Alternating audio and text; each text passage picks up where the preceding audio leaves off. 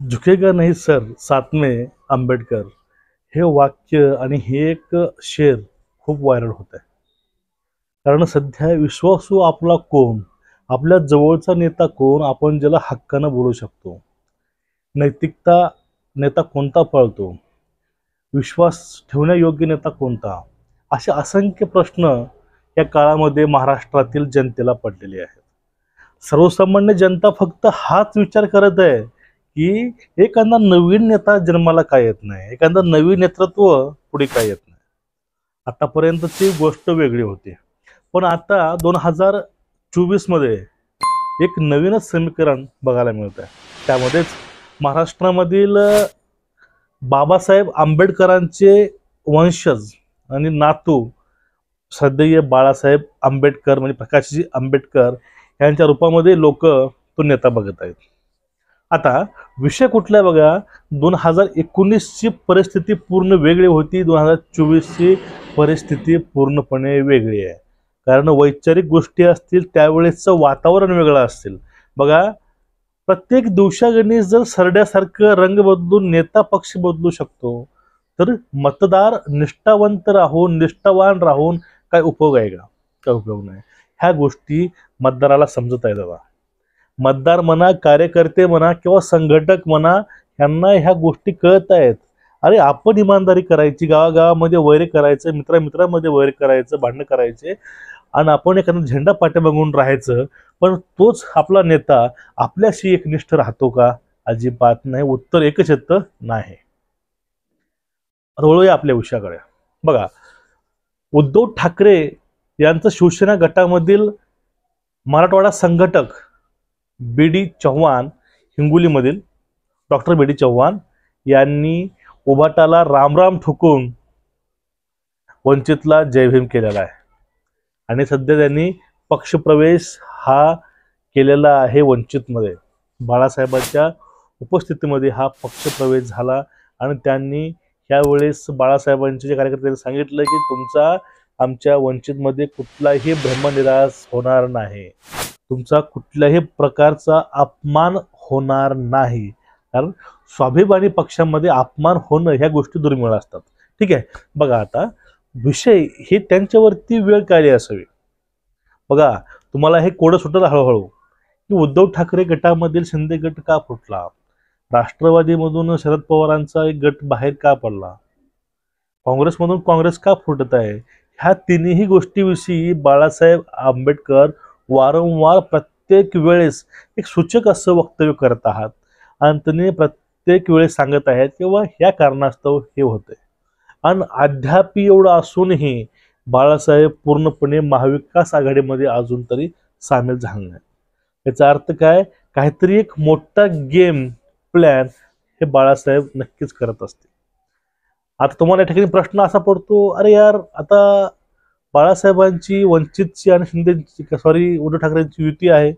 सध्या शिवसेना उभाटा आणि त्यानंतर बाळासाहेब आंबेडकरांची वंचित, ह्या दोघांची युती आहे. मग हे नेते कार्यकर्ते का फुटत आहेत? तुम्हाला हा प्रश्न पडत असावा, पडला असेल, पडत असणारच. बघा, आता एखादा आमदार खासदार फुटला काही विशेष वाटत नाही, त्याचा इम्पॅक्ट हा सत्तेवरती होतो.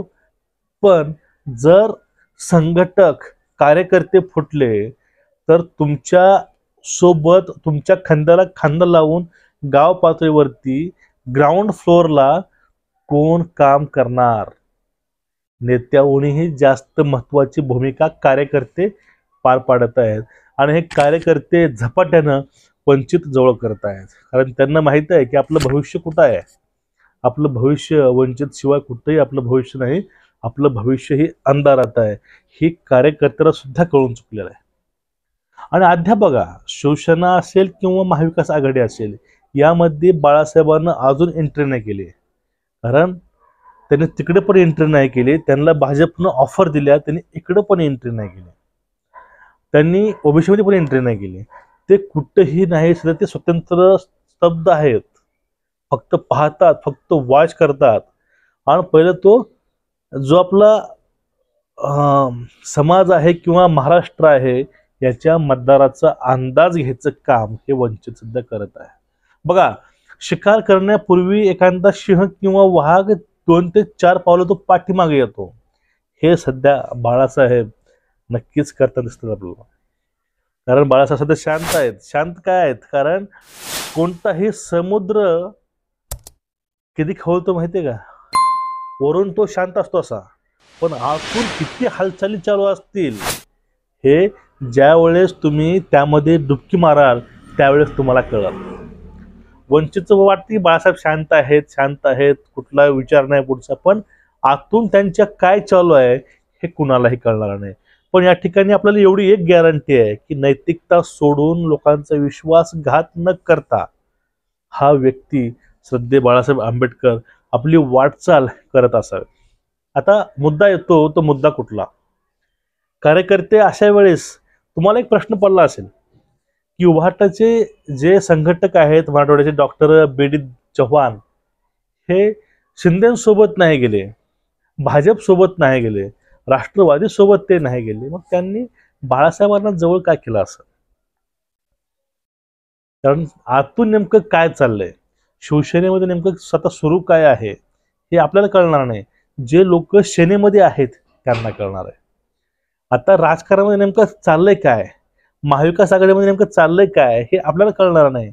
महाविकास आघाडीमध्ये 2 वेळेस बाळासाहेब आंबेडकर चर्चेला गेले होते, त्या ठिकाणी नेमकं काय चालू आहे हे बाळासाहेबा एवढं चांगलं कुणाला माहीत असणारच नाही. त्यामुळे उलट सुलट चर्चा करण्यात काही अर्थ नाही. काही लोक खाली कमेंटही करतात की बाळासाहेब आंबेडकर हे बी टीम आहे. बघा तुम्ही जाऊन बघा, वारंवार माझ्या प्रत्येक व्हिडिओला 1-2 कमेंट असतातच. ते तुम्हाला याची गरज असली पाहिजे विचार करायची की बाळासाहेब बी टीम नाहीत, बी टीम वाले ऑलरेडी ए टीम मध्ये गेलेले आहेत. बरोबर आहे. त्यामुळे असे बिनबुडाचे आरोप, बिनडोक कमेंट अजिबात करू नका. आता महाराष्ट्राचं भविष्यामधील राजकारण कसं चालणार आहे हे खूप इंटरेस्टिंग होणार आहे. कारण विरोधक सध्या नाही, जे विरोधक होते ते फुटलेत, जे आता आहेत तेही फुटणार आहे, त्यामध्ये काही शंका नाही. वारंवार फडणवीस पण सांगतात आणि शिंदे गटांचे संजय शिरसाट पण सांगतात की अजून मोठ्या काही घडामोडी होतील आणि त्यावरती बाळासाहेब सुद्धा वारंवार ते सांगतात अजून यापेक्षा जास्त मोठ्या मोठ्या घडामोडी ही महाराष्ट्र बघणार आहे. आणि होतही असेल, हे होणार आहेच. पण अशा वेळेस एक विरोधक नसताना एक भक्कम पक्ष म्हणून वंचित उभारताना दिसते आपल्याला. भविष्यामध्ये ओबीसीचा पक्ष आहे, जरगे पाटलांना सपोर्ट आहे, बच्चू कडू असतील, हे सोबत येऊन नक्कीच समीकरण ऐनवेळी तयार होईल. अजून ऐनवेळी आता मार्चच्या पहिल्या वीकमध्ये आचारसंहिता आहे, त्याच्या अगोदर काहीही खेळी होऊ शकते आणि अजून विरोधक कमकुवत होऊ शकतो. अनेक नवीन स्वतंत्रपणे वंचित लढाई लढू शकतो आणि बऱ्यापैकी लढाई सुद्धा जिंकू शकतो, ही आशा आपल्याला त्यावेळेस घेता येईल. तुम्हाला एकूणच याविषयी वाटते काय? सध्या उभाटाचे ते संघटक वंचित सोबत गेलेले आहेत, असेच प्रत्येक पक्षामधील लोक अजून वंचितकडे येतील का? किंवा भविष्यामधील रणनीती नेमकी काय असणार आहे?